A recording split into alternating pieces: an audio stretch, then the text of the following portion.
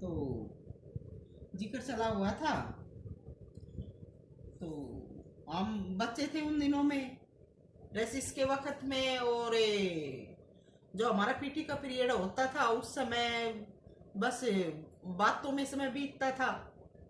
बाकी जो पीरियड थे वो सब पढ़ाई में बीतते थे, क्योंकि वो हमारे जो उस समय में मास्टर थे, सर थे, वो काफ़ी सीरियस थे।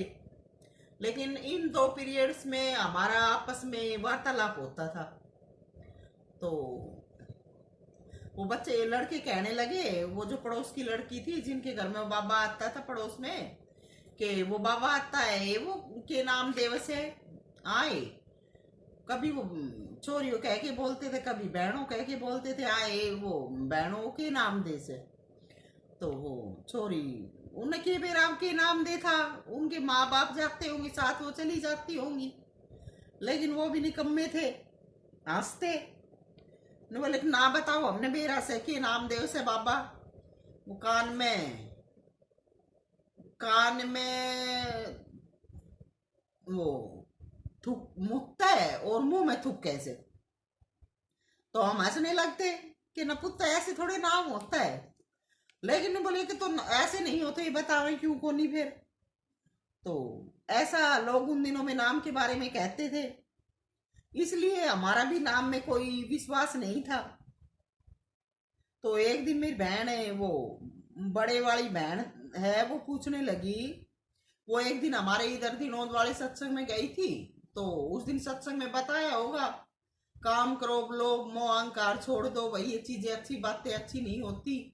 उस बहन ने सुन लिया, वो चली आई घर में। उस दिन के बाद वो नहीं गई, बोली कि ऐसी बातें हमने पहले भी सुन रखी हैं और अब भी वहां पर यही बातें बताई थी। तो बोले फिर अब रोज रोज क्या जाना, वो नहीं गई। तो एक दिन हम बैठे थे, तो वो कहने लगी, मेरे से तो बड़ी है, लेकिन उससे वो छोटे वाली बहन थी, हम चार बहनें हैं। तो उससे जो छोटी है मेरे से बड़ी, उसने नाम ले रखा था। तो हम आपस में बात करते थे। तो मेरी बहन पूछने लगी कि तूने निर्मल से पूछा कि नाम के हो से। तो मैं हंसने लगी कि नाम के हो से। जब वो मेरी बहन बोली कि तूने निर्मल से पूछा होगा कि वो भी तू बता नाम के हो से, मैं कहने लगी हमारी क्लास के बच्चे तो यूं, हमारी क्लास में बच्चे यूं कह रहे थे पहले कि जो गुरु होश है वो कान में मूतर मुंह में थूक है, वो नाम होश है। जब वो मेरी बहन हंसने लगी तो बोली, वाह वाह, तुमने और भी अच्छे नाम बता दियो। मको मैंने क्या बता दिया, मैंने भी सुनी थी। तो एक तरफ तो वो ऐसे बोलते थे लड़के, दूसरे वो आर्य समाजी आते थे। वो एक अच्छी माँ का उपदेश गीत उन्होंने बना रखा था, उसमें लिखा था कि खुशी खुशी अपने घर जाओ बेटी, ससुराल में चार चांद लाओ बेटी। तो उन्होंने ये सब बात उसमें बता रखी थी। तो वो हमने उधर भी सुनी, आर्य समाजियों की भी सुनी। तो हमारे जो पड़ोस में वो एक जाट जाति की थी, वैसे वो चाची लगती थी, वो उनके उधर जाती थी जो कीर्तनवाणी होता था उसमें। लेकिन उसका पति भी नहीं था, उसके दो बच्चे थे, एक बेटा बेटी। आखिर में वो फांसी खाकर मर गई। अब फांसी खा के मर गई तो गांव में वो भी ज्यादा बातचीत चल गई, लोगों का विश्वास उठ गया। और जो वो गांव में जो रहते थे, जिनके घर में वो बाबा आता था, वो गांव छोड़ के कहीं दिल्ली में भाग गए। तो उन दिनों में तो ऐसा नाम का प्रभाव देखा। तो हमें तो ये नहीं पता था क्या नाम होता है, हम तो नाम के लिए गए थे। लेकिन जो हमने ज्ञान सुना था, उस वो वैसे तो वो ज्ञान अंतर में हमने जो बातें देखी वो सच्ची थी। और गुरु से नाम लेने के बाद हमें दर्शन भी मिला। लेकिन वो वहां पर जो नाम लिया, गुरु से नाम लिया, और वहां का जो व्यवहार है वो मुझे आज तक भी पसंद नहीं आया। लेकिन परमात्मा के नाम की वजह से मैं मजबूर रही हूँ, मैंने आना जाना रखा है। तो पहले तो नाम की वजह से परेशानी हुई, और जब मालिक मिल गए, नाम मिल गया, तो अब ये कर्म का खेल कहूं या नाम का दुष्प्रभाव कहूं, एक वहां पे ऐसी आके बैठ गई, क्या वो मरवाने के लिए तुल गई। अरे हमने तो आज तक गद्दी नहीं मिली, वो नु कह कि मैं इस गद्दी पे बैठूंगी। उसने उल्टे सीधे काम करने शुरू कर दिए, उल्टे सीधे कर दिए, तो वो गुरु को आज मनमानी चाल में फंसा फंसा बैठी। अब मैं ये कहती हूँ, गुरु जब किसी के कहने से अपने सच्चे गुरुमुखी शिष्य के साथ चाल चलता है, तो आप सब भी ये बताएं कि उसकी गुरु की क्या गुरुआई है।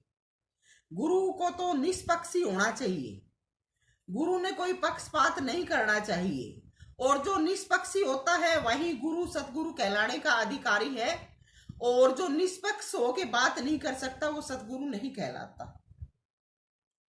तो अब मैं क्या कहूं, कल होली का पर्व था और हमारे गुरुदेव ने जरजिला आश्रम में सत्संग रख दिया। अब होली वाले दिन आम दुनिया तो जो त्योहारों में इन चीजों में ज्यादा विश्वास रखती है वो तो जाते ही नहीं है, लेकिन हम कुछ गुरु भगत तगड़े ही बन रहे थे। तो जरजिला जो स्थान है राजस्थान, वो डिस्ट्रिक्ट में पड़ता है वैसे तो, लेकिन हमारे इधर रेवाड़ी से ही उसका रास्ता जाता है। तो हमारे गुरु कंवर सिंह सुबह 6 बजे ही हमारे घर के आगे से निकल के उधर गए, क्या, और हम रोज उनकी सेवा में जाते हैं। वहां अगर एक दिन नहीं जावा ऐसे वैसे पर्व पे सत्संग में ऐसे, तो इतना बड़ा मुंह बना ले, और हमारे घर के आगे से कल निकल गया। हमने सब कुछ सत्संग में लगा दिया, और आज जब हमें इस प्रकार के भंडारे आयोजन नहीं कर सकते, करने को हम कर सकते हैं, लेकिन हमारे शरीरों में, हमारे दिल दिमाग में इतनी उमंग उत्साह नहीं है कि हम ऐसे कार्य कर सके। हम अपना भजन भाव का जीवन जीते हैं, अपना मेहनत करके कमा खा लेते हैं, इतनी हमारे दिमाग में इतनी ही सामर्थ्य है। बिना काम का फालतू का घूमना बक बक करना ये हमारी आदत नहीं रही। अब ये कौन जाने कि मैं ये जो सब कुछ सत्संग करवा रही हूँ ये भी किस प्रकार से करवा रही हूँ, मुझे कितना के इसमें मेहनत और कितना प्रयास करना पड़ता है। तो कल होली के पर्व के दिन जब ऐसे घर के बिल्कुल गेट के एक कदम दूर भी नहीं है, ऑन रोड पे हमारा स्थान है गुरु टेक सिटी, वहां से गाड़ी लेके गए। कम से कम फोन करके हमें बुलाते, पूछते तुम घर हो या नहीं हो, चाय पानी अगर पीना था, सुबह सुबह का टाइम था, कहीं कहीं धक्के खाता फिर था, क्यों फोन नहीं किया कि भाई हम चाय पानी इधर से लेके जाएंगे। तो ये आजकल के गुरु हैं। होली का दिन था, वैसे तो अपने आप ने नु कैसे मैं सत्संग करवाऊं सतगुरु सु है, और दुनिया उस दिन पर्व की खुशी मना रही, और हमारे घर के आगे से ऐसा दुख हमें दे के गया। लेकिन हम सच्चे हैं, हमारे शरीर में, हमारे रूह में सच्चा और अच्छा खून है। हम फिर भी चुप कर जाते हैं कि चलो कोई बात नहीं। लेकिन इतना मैं जरूर कहूंगी कि मेरा गुरु कंवर सिंह मेरा कोई पिछले जन्म का दुश्मन है, जो इस जन्म में मेरा गुरु बनकर आया है और अपनी दुश्मनी निकाल रहा है। ये खुदा का मैटर है, नहीं तो इसने भी अपनी दुश्मनी में कोई कसर नहीं छोड़ी। तो गुरु का अपनी शिष्या को मरवाने का क्या मतलब? ये जो बार बार लड़की का जिक्र किया जा रहा है, ये मुझे मरवाने के लिए आई थी। गुरु ने इसका साथ दिया, क्यों दिया? गुरु का ये काम होता है क्या? चलो फिर भी मैं डरती नहीं हूं, क्योंकि मैं परमात्मा के सहारे हूं, और जो परमात्मा के सहारे होते हैं उनको किसी दूसरे सहारे की जरूरत नहीं होती। परमात्मा उनका साथी होता है। और दूसरा मैं बताना चाहूंगी कि कवर का अर्थ ढक्कन भी होता है, और कवर को लिहाफ भी कहते हैं। तो कवर नाम से प्रतीत होता है कि ये सच्चाई पर एक लिहाफ या ढक्कन है, जो सच्चाई के ऊपर लगा रखा था। लेकिन सच्चाई कोई ठोस वस्तु या ऐसी चीज नहीं है। सच्चाई या सत्य तो प्रकट हो जाता है। और अगर सविता राधा स्वामी की ये बात झूठ हो तो आप भी ये बताएं कि दूसरी बात सच क्या है।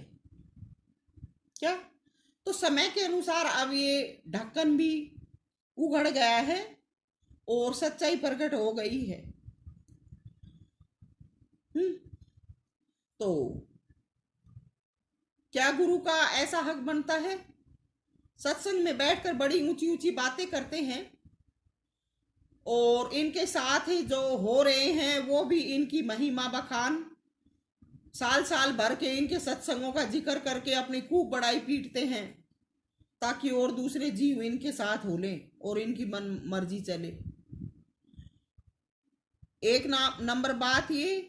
नंबर 2 पर पिछले दिनों एक ऐसी घटना हुई थी, और वो मैंने आंखों से देखी थी, और उस वक्त में साथ भी मैंने ही दिया था गुरु का। लेकिन मैंने अपने एक सत्संग में ये कहा था कि मैं जो ये बातें कह रही हूं सच्चाई के बारे में प्रामाणिक नहीं है, क्योंकि जो बातें परमात्मा ने कोई अवसर, कोई स्थान या घटना के रूप में घटित कर दी, उन बातों को मैं दोबारा से वैसा का वैसा करवा के नहीं दिखा सकती हूँ। इसलिए मैंने ये बोला था। लेकिन मेरे साथ जो हरकत हुई थी, जो बकवासबाजी हुई थी, वो सब प्रामाणिक है। लेकिन समझने वालों ने उनको गलत समझ लिया। अभी क्या बताऊं, एक घटना हुई थी पिछले 9-10 साल के करीब की बातें हैं। तो वो एक अंग्रेज आती है हमारे सत्संग में। मैंने तो आंखों से उसी में बदलाव देखा था, और उस समय मैंने महाराज जी की अवस्था देखी थी। इसलिए मैं ये बात कह रही हूँ। बाकी जो कुछ हुआ वो सब तो ये भी जानते हैं जो रहने वाले हैं, और वो महाराज जी भी जानते हैं। लेकिन क्या बताएं, जीव बंधे हुए हैं, पैसे का भी स्वार्थ है, सच झूठ करने में इनको देर नहीं लगती। और आजकल गुरु भी ऐसे हैं कि जब वक्त निकल जाता है तो अच्छे और शिष्य को उनके कुछ नहीं है। तो वो अंग्रेज औरत, हम मेरे को 21 साल का वक्त बीत गया है सत्संग में, 22 साल का। वो पहले भी आती थी, वो बीच में 1-2 साल, 1 या 2 साल नहीं आई होगी मेरे ख्याल से। वैसे 6 साल से मैंने भी जाना बंद कर रखा था, मैं भी 6 साल बाद गई थी। तो पहले तो वो सिंपल रहती थी, हमने आज तक उसके आदमी नहीं देखा। उसके मेरे ख्याल से वो विधवा है, उसके कोई आदमी उदमी नहीं है। लेकिन आजकल अब वो, ये बात मैंने पहले स्पष्ट भी कर दी थी, उसके बाद भी अब वो फिर से दोबारा से आश्रम में आने लगी, और वो आश्रम में फिर से रुक के जाती है। लेकिन मैं ये भी प्रकट करूंगी कि हमारे कंवर महाराज जियों का जो छोटे वाला बेटा है, अब की बार तो वो उसको लेकर आया था। जब ये बात प्रकट हो गई थी कि उसने शरारत की है, तो उसको लाने का क्या हक था। और वो यहाँ भी उसको सत्संगों में अपनी गाड़ी में बिठा कर लेके गया है, और ले जाना उसी ने किया है। और वो अंग्रेज औरत वहां तो विधवा बन के रहती है अंग्रेजों में, और यहाँ आके वो लिपस्टिक लगाती है आश्रम में रहते हुए, जो कि संत ताराचंद का दरबार कहा जाता है। मैं पूछूं आज ये कौन सा सत्संग चल रहा है? दूसरे लोग ये इतनी, और महाराज जी उसको उनको साथ रखते हैं। इनका क्या अनुभव है? अगर कोई जीव सत्संग लाइन पर चलना चाहे तो इनके जीवन से इनसे क्या शिक्षा मिलती है? सविता राधा स्वामी की होड़ करके क्या बनना चाहती हैं क्या? तो ये अब आज का एक माहौल परिवेश में ये कमी। दूसरे एक हमारे महाराज जी रोज इज्जतदार इज्जतदार खानदान बोलते हैं, सत्संग में इज्जतदार खानदान था, ये था वो था। अरे मैं ये कहती हूँ इज्जतदार खानदान होते हैं उनकी तो बहू बेटियां बहुत ही समझदार होती हैं। इज्जतदार जो खानदान होते थे उनमें जो इंसान होते थे वो तो बहन बेटियों पे दुख पड़ने पे उनकी औलाद ने खुद लग के पढ़वाते थे, आश्रमों में तो नहीं छोड़ते थे। और आजकल जो इज्जतदार बना के साथ रखे हैं वो, और जो दूसरे इज्जतदार बन रहे हैं वो खुद तो मौज मस्ती में रहे, 60-65 साल की उम्र में अपनी पत्नी के साथ और अपनी बेटियां आश्रमा में छोड़ दें और वह आश्रमा में गुरु उनके पोतड़ा ने सिर पर धरे हान ने, यो उनका खानदान नहीं पड़ा। तो आज के युग में क्या कहें, ऐसे ऐसे माता पिता हैं हो रहे हैं। सत्संगी तो कहाँ के, वो तो दुनिया में एक अच्छे दया भाव के इंसान भी नहीं है। तो 2 नंबर बात। तीसरे नंबर पे एक हमारे कंवर सिंह महाराज जी सत्संग देते हैं। उन्होंने सत्संग में कहा कि बेटियों को शादी के बाद उनके भाग्य पे छोड़ देना चाहिए। मैं ये सवाल करती हूँ कि ये कौन सी वाणी है और ये कौन सा धर्म है? बेटियों के साथ कौन सा न्याय है? क्योंकि शादी करने के बाद आम समाज में देखते हैं, सभी तो ऐसे नहीं है, बहुत से ऐसे केस हैं जिनमें लड़कियों के साथ बहुत दुर्व्यवहार होता है। तो क्या लड़कियों को उनके पास भटकने मरने के लिए छोड़ दिया जाए? क्या ये कंवर सिंह महाराज की अच्छी शिक्षा है? और अगर कंवर सिंह महाराज ऐसा उपदेश दुनिया को करते हैं तो आप खुद ऐसा क्यों नहीं करते? कनाडा में अभी ये पिछले साल 2023 की जब छुट्टियों में या 2023 में जब कनाडा का इन्होंने दौरा किया तो इनकी पोती जब ये रुके तो 4-5 दिन की घर में आई हुई थी। और जब वो घर में आके मिलनी सब बात होली तो फिर ये उसके घर में किस लिए गए? तो मैं ये कहती हूँ कि दूसरे को उपदेश करने की बजाय खुद भी तो उन पे अमल किया करें। क्या समाज दुनिया में हम बेटियों को ऐसे ही छोड़ दें? क्या बेटियां ऊपर से पड़ी थी? क्या ये बेटियों के साथ कोरा अन्याय नहीं है? एक कहते हैं कि मजाक कसते हैं बहुत ही अच्छे और समझदार होके कि जब ये सास है, ये माँ है, ये सास है, जब इनकी बेटी आवे तो ये रात तो बातें करती हैं और इनकी बहू आओ तो ये मुंह से नहीं बोलती। तो मैं ये कहती हूँ कि इंसानों के गुण देखे जाते हैं, बहू बेटियों में भी गुण होते हैं। अगर बेटी अच्छी और सेवा करने वाली है तो उन बेटियों से बहुत प्यार किया जाता है और उनसे ऐसे ही घुट के बतलाया जाता है। और अगर ऐसी ही बहू भी आ जाती है तो उन बहुओं को भी वही पद और वही प्यार मिलता है। इसके विपरीत समाज दुनिया में अपवाद भी है कि बहुत सारी बहुएं ऐसी आती हैं जो सास ससुर को कभी नहीं पूछती। तो क्या वो बेटियों का स्थान ले सकती हैं? तो क्या मैं पूछती हूँ, कंवर सिंह महाराज सत्संग में ये अच्छी बातें बोलते हैं, क्या ये सही न्याय है? तो जो बातें बोलते हैं कम से कम उन बातों का परिणाम सोच समझ के लेना चाहिए। अगर बहू बेटियों की तरह से सेवा करती हैं और बेटियों की तरह से सास ससुर का दिल जीत लेती हैं तो किसी को भी ये बात कहने की जरूरत नहीं है। बेटियां भी बहू भी बेटियां हैं और उनको भी कोई ऐसा नहीं है कि प्यार करे और उनको सही प्यार न दे। तो ये सब कुछ आज सत्संगों में चल रहा है। और आजकल तो मैं क्या कहूँ, एक वो संसार में भी एक वो गाना सुना था कि रामचंद्र जी कह गए सिया से ऐसा कलयुग आएगा, हंस चुगेगा दाना दुनका कौवा मोती खाएगा। तो आज वही युग चल रहा है, हंस तो दाना दुनका चुगते हैं और ये कौवे मोती खा रहे हैं। और इससे ज्यादा क्या सत्संग करवाएं? क्या? तो ये आजकल दुनिया में गुरु हैं और ऐसे ही कपटी शीशे भी बने हुए हैं। तो सभी को अगर सत्संगों में जाते हैं, भाड़ा किराया भरते हैं, अपना समय देते हैं, तो हर बात को अपने दिल में सोचें और सोचने के समझने के बाद जो परिणाम आता है अपनाएं और अमल करें। तो ये फिलहाल की सत्संगों की खबर भी थी। तो आगे जैसी मालिक की मौज होगी फिर से सत्संग